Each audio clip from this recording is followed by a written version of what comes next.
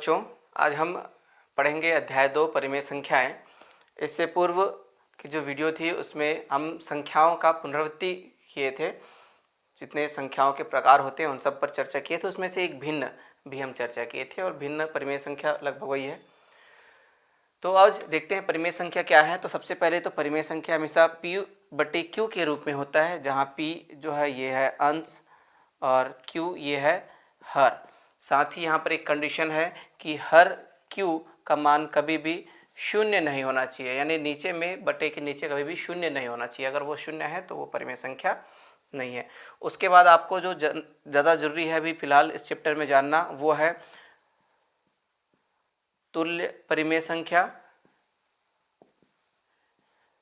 ये आप जानते हैं, इस पर पिछले चैप्टर में भी थोड़ा सा चर्चा हुआ था, जिसमें जैसे कोई संख्या दिया हुआ है परिमेय संख्या 2/3, समान संख्या का ऊपर और नीचे गुणा करें।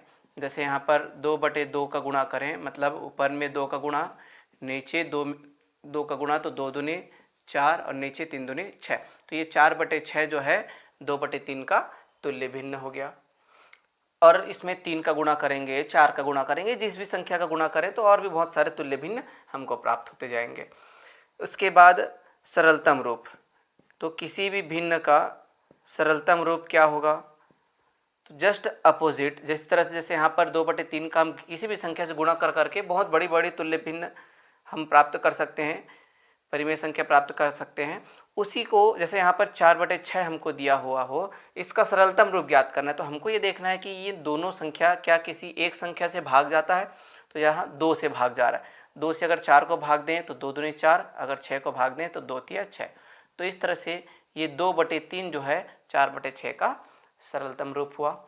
ऐसे ही और भी बहुत सारी जो भी संख्याएं होंगी उनको आप सबसे छोटे रूप में लेके आ सकते हैं। बस ऊपर और नीचे सेम संख्या से उसको काटते जाइए, और ऐसी स्थिति कि उसके बाद और वो किसी सेम संख्या से नहीं कट सकता है, सरलतम रूप होगा। तो इस तरह से ये प्रारंभिक परिचय इस अध्याय का। अब हम सीधे देखते हैं प्रश्नावली 2.1। देखें प्रश्नावली 2.1। इसमें पहला प्रश्न है, निम्नलिखित संख्याओं में से कौन कौन सी परिमेय संख्याएं हैं? परिमेय संख्याओं को आपको पहचानना है।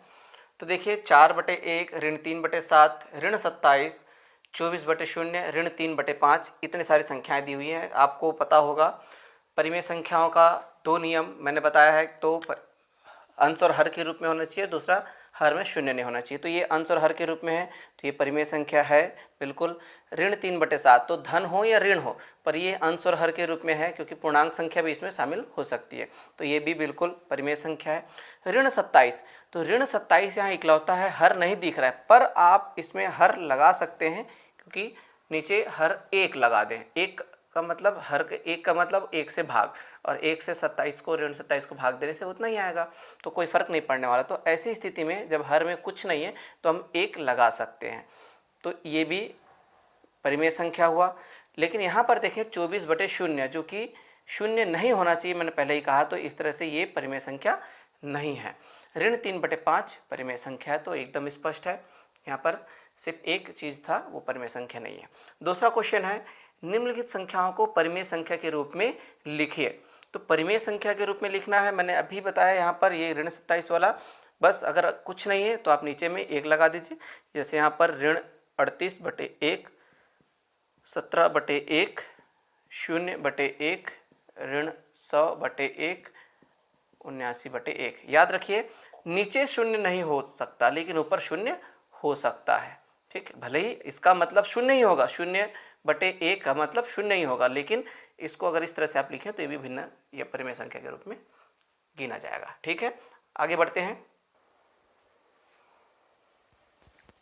तीसरा प्रश्न देखें, निम्नलिखित परिमेय संख्याओं की 3 तुल्य परिमेय संख्याएं लिखिए। अब इसमें बहुत सारे प्रश्न हैं, मैंने एक लिखा हुआ है 1/5। तो तुल्य परिमेय संख्या निकालना है, मैंने पहले ही बताया है, बस आपको सेम संख्या से गुणा करते जाना है। अब 3 परिमेय संख्या निकालना है तो 3 बार गुणा करिए। जैसे मान लिए सबसे पहले आप 2 से गुणा कर दीजिए, तो 1/5 में 2 का गुणा करेंगे तो ऊपर 2, नीचे 2 का गुणा किए तो ये आ गया 2 एकम 2 और 2 पंचे 10। जब 3 का गुणा करेंगे तो यहाँ पर 1/5, 1 में 3 का गुणा 5 में 3 का गुणा, तो ये 3 एकम 3 और 5 तिया 15। उसी तरह से 4 का गुणा करेंगे तो 1 में 4 का गुणा, नीचे 5 में 4 का गुणा, तो 1 4 एकम 4 और 5 चौक 20। तो इस तरह से एक साथ आप लिख लीजिएगा 2/10, 3/15 और 4/20। ये 1/5 का तुल्य परिमेय संख्या हुआ। इसी तरह से आप बाकी किसी भी संख्या का तुल्य परिमेय संख्या ज्ञात कर सकते हैं। चौथा है निम्नलिखित परिमेय संख्याओं में से तुल्य परिमेय संख्या छांट कर लिखिए। तो सेम काम है, लेकिन यहाँ पर आपको वर्क करने की जरूरत नहीं, आपको सिर्फ ढूंढना है। यहाँ पर बहुत सारी चीज़ें दिया हुआ है, इसमें से कौन कौन से तुल्य परिमेय संख्या है वो छांटिए। 4/12, 8/24, 1/3, 16/36 और 15/75। तो जैसे सबसे छोटी संख्या 1/3, तो यहाँ से शुरू करते हैं। 1/3 के तुल्य कौन कौन सा दिख रहा है? ये 4/12। इसमें अगर 1/3 में ऊपर और नीचे 4 का गुणा करें, 4 एकम 4 और 4 तिया 12, बिल्कुल दोनों मिल रहा है, यानी ये तुल्य है। उसी तरह से यहाँ ये वाला देखें तो 8 का गुणा करें, 8 एकम 8 और 8 तिया 24, तो ये तीनों ही आपस में तुल्य है। ये तो स्पष्ट हो गया। 16/36 के लिए हाँ 16 का गुणा करना पड़ेगा, 16 एकम 16 और नीचे भी 16 का, तो 16 तिया 48 हो रहा है, यानी ये नहीं है। 25/75, तो ये 1/3 में अगर 25 का गुणा करें ऊपर में, 25 एकम 25 और 25 तिया 75, तो ये भी इसका हिस्सा बन गया। तो इस तरह से कौन कौन सा तुल्य परिमेय संख्या हुआ? 4/12, 8/24, 1/3 और 25/75, ये चारों जो हैं आपस में तुल्य परिमेय संख्या है। 16/36 नहीं है। ठीक है बच्चों,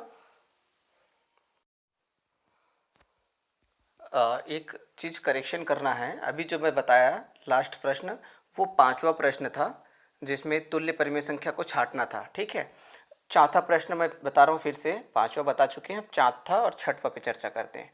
चौथा प्रश्न है निम्नलिखित परिमेय संख्याओं को सरलतम परिमेय संख्या के रूप में लिखिए। तो यहाँ पर सरलतम परिमेय संख्या के रूप में आपको बनाना है 25/40। मैंने पहले ही बताया है सरलतम रूप में लिखना है, तो बस आपको देखना है ये क्या किसी सेम संख्या से भाग जा सकता है। तो बस देखिए 25 और 40 ये 5 से आसानी से जा सकता है ऐसा लग रहा है, तो आप बस इसको 5 से काट दीजिए। 25/40 को 5 से काटेंगे तो 5 पंचे 25 और नीचे 5 अट्ठे 40। अब ये ऊपर बचा 5, नीचे बचा 8। अब ये 5 और 8 क्या किसी सेम संख्या से फिर से कट सकता है? नहीं कट सकता। अगर कटता तो हम उसको भी काट सकते थे, नहीं कट रहा है, तो ये 5/8 ही उसका सरलतम रूप है। ठीक है बच्चों, 6वां प्रश्न, क्या निम्न परिमेय संख्याओं के जोड़े तुल्य परिमेय संख्या को प्रदर्शित करते हैं? कारण सहित समझाइए। तो यहाँ पर दो जो परिमेय संख्या दिया हुआ है 9/11 और 9-3/11-3। दूसरी परिमेय संख्या एक 5/7 और दूसरा है 5-2 7-2। तो यहाँ पर ध्यान देने वाली बात यह है कि इसमें 9/11 में ही ऊपर और नीचे 3 को जोड़ दिया गया है, यहाँ 5/7 में ऊपर और नीचे 2 को घटा दिया गया। तो क्या ये इसका तुल्य परिमेय संख्या होगा? उसी तरह से क्या ये इसका तुल्य परिमेय संख्या होगा? तो देखने से आपको लग रहा होगा कि हाँ शायद हो सकता है, लेकिन नहीं, क्योंकि मैं पहले ही बताया हूँ तुल्य परिमेय संख्या गुणा या भाग करने से प्राप्त होता है। गुणा या भाग करने से होता है, जोड़ने या घटाने से नहीं होता है। तो इस तरह से ये दोनों का जो ये जोड़ा है 9/11 और 9-3/11-3, ये तुल्य परिमेय संख्या नहीं है। उसी तरह से ये भी नहीं है। क्यों नहीं है? क्योंकि तुल्य परिमेय संख्या गुणा या भाग करने से प्राप्त होता है। ठीक, जोड़ने या घटाने से नहीं। ठीक है, तो चलिए आगे बढ़ते हैं। 6 प्रश्न तक हो गया, अब 7वां प्रश्न देखें। ऋण 3/8 को ऐसी तुल्य परिमेय संख्याओं के रूप में व्यक्त कीजिए जिनका अंश ऋण 6 हो, हर ऋण 24 हो, या और ऐसे कुछ संख्याएं हैं, उनको आप हल करके देखिएगा। तो कैसे करेंगे? तुल्य परिमेय संख्या ज्ञात करना है और कंडीशन दिया है अंश ऋण 6 हो। तो हमको हमारे पास पता है ऋण 3/8 में अंश में ऋण 6 लेके आना है। तो इसमें अगर हम ऊपर में 2 का गुणा कर दें तो 2 तिया 6 और ऋण है इसलिए ऋण 6 आ जाएगा। तो ये ऊपर में ऋण 2 का गुणा किए, सॉरी धन 2 का गुणा करेंगे, 2 तिया 6 और ऋण है इसलिए ऋण 6। अब ऊपर गुणा कर रहे हैं इसलिए नीचे भी गुणा करना पड़ेगा। तो ये ऋण 3 गुणित 2 नीचे 8 गुणित 2, तो ऋण 3 में 2 का गुणा होने से ऋण 6 और 8 में गुणा होने से 16, ये आंसर आ गया। उसी तरह से हर ऋण 24 करने के लिए ऋण 3/8, तो यहाँ पर किसका गुणा करना पड़ेगा, हर में ऋण 24 होना चाहिए, यानी 8 में अगर 3 का गुणा करें तो वो 24 तो आता है, तो ऋण 3 का गुणा करना पड़ेगा क्योंकि ऋण 24 लेके आना है। तो ऊपर भी ऋण 3 का गुणा करेंगे तो आंसर यहाँ पर आएगा ऋण 3 गुणित ऋण 3/8 गुणित ऋण 3, तो 3 तिया 9 और 8 तिया 24, ये आपका आंसर। इसी तरह से बाकी और एग्जाम्पल दिए होंगे, प्रश्न दिए हैं, उनको आप हल कर लीजिएगा।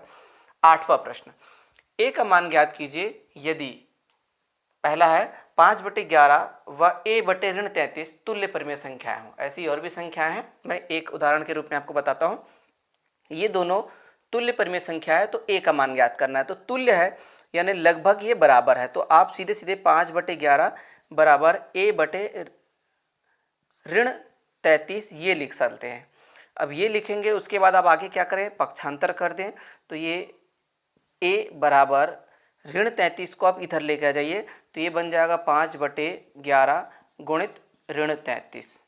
इस तरह से ये जो भाग में था इधर जाके गुणा में हो जाएगा, और नीचे में कुछ नहीं है तो आप चाहें तो 1 लिख सकते हैं, आपकी मर्जी, नहीं भी लिखेंगे तो भी कोई बहुत बड़ी बात नहीं है। अब इनको हल करना है, काटना है आपस में, तो क्या कटेगा, ये 11 से कट सकता है, 11 एकम 11 और 11 तिया 33। इसके बाद और कुछ कट सकते हैं क्या, नहीं कट सकता है। ये 5 और ये 3 का गुणा हो जाएगा, और यहाँ ऋण भी है तो ये बन जाएगा ऋण 15, 5 तिया 15 और ये ऋण चिन्ह तो ऋण 15, यानी a का मान ऋण 15, ये आपका आंसर। तो बहुत ही इजी है, आपको बस तुल्य है जब भी अगर कंडीशन दे तो दोनों को बराबर लेके चलिए, और फिर उसके बाद जिसका वैल्यू आपको ज्ञात करना है, a का ज्ञात करना है, तो a को उसी साइड रहने दीजिए और बाकी को a के अपोजिट साइड में पक्षांतर कर दीजिए। अब जहाँ पर जिस तरह से कटेगा उसको काट देंगे, आंसर आपका आ जाएगा। ठीक है बच्चों, तो इस तरह से प्रश्न वाले 2.1 के बाकी जितने बचे हुए प्रश्न हैं उनको आपको हल करना है, प्रैक्टिस करना है, जिससे ये जो चैप्टर है परिमेय संख्या ये आपको क्लियरली समझ में आ जाएगा। तो आज का क्लास इतना ही, नेक्स्ट क्लास के लिए अब नेक्स्ट डे मिलते हैं। ठीक है बच्चों, बाय।